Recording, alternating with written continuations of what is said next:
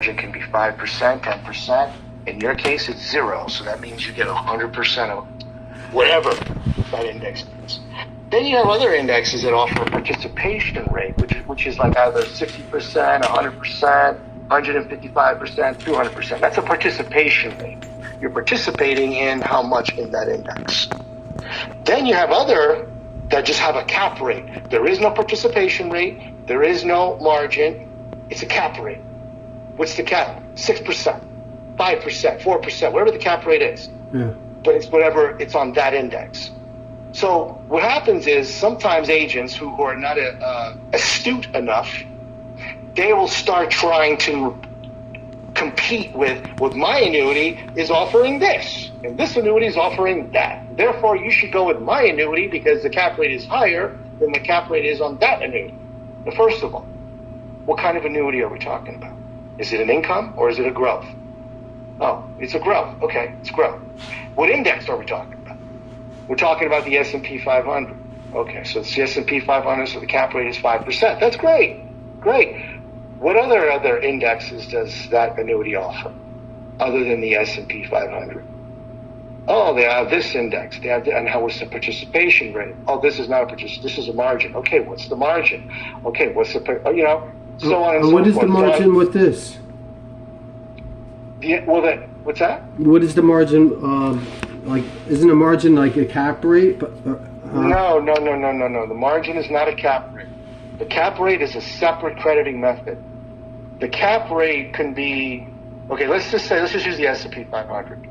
Most of the time with most companies, you're going to get an S&P 500 cap rate anywhere between 4 up to 8%. Now, I don't have you in the S&P 500 cap rate in this annuity. I don't have you in there. You're not in that index crediting method at all. But if we were to put your money in that index, the cap rate on that is 6.5% of the S&P 500. And because I'm not in that, what is my cap rate? Nothing, you said, right? 0. That's the. I know this is gonna confuse you because I think you're getting so much information. I think it's information overload because you're getting hit with so many different things.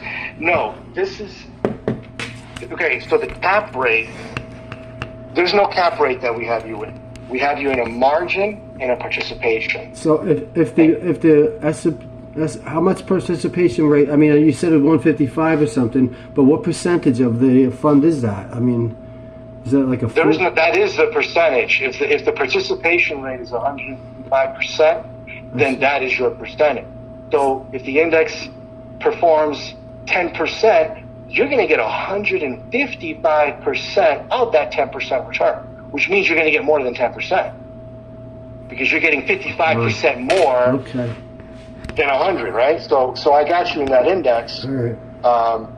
And then you have a margin. Some companies don't even have a margin option. Midland just has a margin option, which a margin, I always tell people, is whatever the margin is, that index has to do better. Like if the margin is 5%, then the index has to do better than 5% for me to make any money in that index. So because if I get 10% in that index, I got a -5. So margins is always a subtraction number. You always subtract. With your margin is 0. That means there is no subtraction. So if the index does 10, you're going to get all the 10. So that's why we did that one. But I wanted to position you to get more than just the 10. Right? Yes. So I had you 25% in the BlackRock participation rate annual 2-year point to point. The participation rate is 155%. So you're gonna, but you're gonna get that return at the end of the second year because it's a 2-year point to point, and that's the key factor that you have to look at with some of these indexes. I saw one index a while ago. Do you know what the participation rate was? It was like 325%. Now somebody showed you that, and I showed you 155%, and they're showing you 325%. Which index are you going to go with?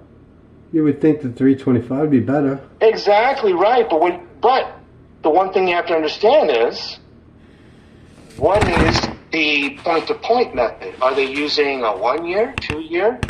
Come to find out, that was a 5-year point-to-point. 325% participation rate you're going to get, but you're not going to get that return until after the 5th year. Now, so what is it? So your money just psychologically can't do that. So I just can't wait 5 years. Your money stays idle and it doesn't compound for 5 years then? Well, what they do is they're just monitoring whatever the index does, but they're not going to credit you that growth until at the end of the 5th year. Okay, so you're not making any money on it? Until the 5th year. Now, but here's the thing. At the end of the 5th year, you might get a monstrosity of a return.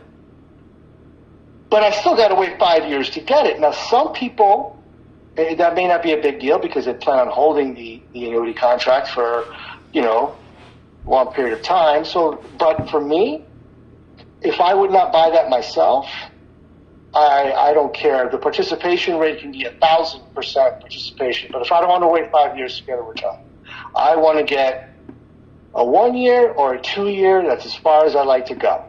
That's as far as I like to go. So what happens is when you get solicited a return, a participation rate, and I'm over here talking to you about 155%, and somebody shows you 325% participation. Oh my God, I made a mistake. I should get out. No. And then you come to find out, oh wait, you got to wait 5 years before you can get that return. Well, I don't want to do that to my client. I want to have an annual conversation with my client once every year, once every 2 years. Now I know that the BlackRock is 2 years, so we got to wait at least 2 years to get our return. So the thing that I like about this annuity contract is that I tell everybody that's got an index builder, by the end of the 3rd year, we are going to make and reevaluate the whole entire 3-year period. And we want to see, do we want to stay in this annuity? Because if I know that I can get you out of it, one annuity to another annuity, I'm not going to play because this is what happens to me. If you're being solicited, these different indexes, just think about how I'm being solicited. I'm getting bombarded with it. So I have to... I keep hanging up on everybody and telling them to stop calling. Right. Like, you showed me one annuity that you sent to me. It was SILAC. Yeah. 14-year surrender charge. I'm not going to put any client into a 14-year surrender. I don't care how good the participation rate is. And if another agent's willing to write that up, let him do it, because I'm not doing it. Well, I don't believe in the idea. I mean, to me, 14 years is just a long time to... That's crazy. Lock somebody... I mean, even if you're 43 years old and it's an IRA... I still feel that 10 years is 10 years is like the standard. Let me ask you: do you deal with people that are in their 35? Oh yeah. Is there something that you could help them with? Absolutely. Oh yeah. So my little cousin, she just inherited about $800,000. Oh wow! Through a settlement? My aunt passed away. Her mom. Oh, okay. She was adopted. She's the only child, and I suspect that my aunt left everything to her. So she's she wants me to help her with any kind of guidance because she's clueless, but she doesn't know how much she's going to have yet because the lawyer, everything's in probate. Oh, it's on probate. So when is it? Is $800,000 the payout, or is it still... the house just got sold for $850,000. So she's got to pay the realtor fees, and she didn't listen to me. I told her to get a driver's license and put the water bill there. She wouldn't have to pay capital gains after 2 years. Primary residence. Right. She didn't want to deal with it.